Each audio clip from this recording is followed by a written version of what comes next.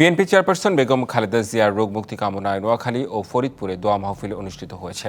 সোমবার বিকেলে নোয়াখালীর চৌমুহনীতে কোরআন তেলাওয়াত ও দোয়া মাহফিল আয়োজন করে জেলা যুবদল।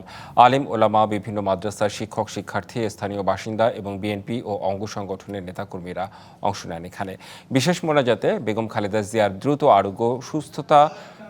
আরোগ্য, সুস্বাস্থ্য ও দীর্ঘায়ু কামনা করা হয়। বেগম খালেদা জিয়ার রোগমুক্তি ও দ্রুত সুস্থতা কামনায় দোয়া মাহফিল হয়েছে দিনাজপুরেও। পরে ৩,০০০ মানুষের মাঝে শীতবস্ত্র বিতরণ করা হয়।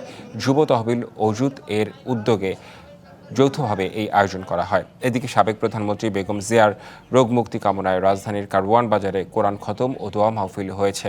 পরে এতিম শিশুদের দুপুরের খাবার পরিবেশন করা হয়। এ সময় আয়োজকদের মধ্যে উপস্থিত ছিলেন তরুণ নির্মাতা ও প্রযোজক রাসেল আজম, ইমাম হোসেন ইমন, সাইদ রহমান, মাহমুদ হাসান সহ অনেকেই। নতুন এবং ফিরে আসা গ্রাহকদের জন্য নগদে চলছে ক্যাশব্যাক সহ প্রতিদিন হাজারো উপহার জেতার সুযোগ। হবে আশা আর ফেরা, সারপ্রাইজ সেরা।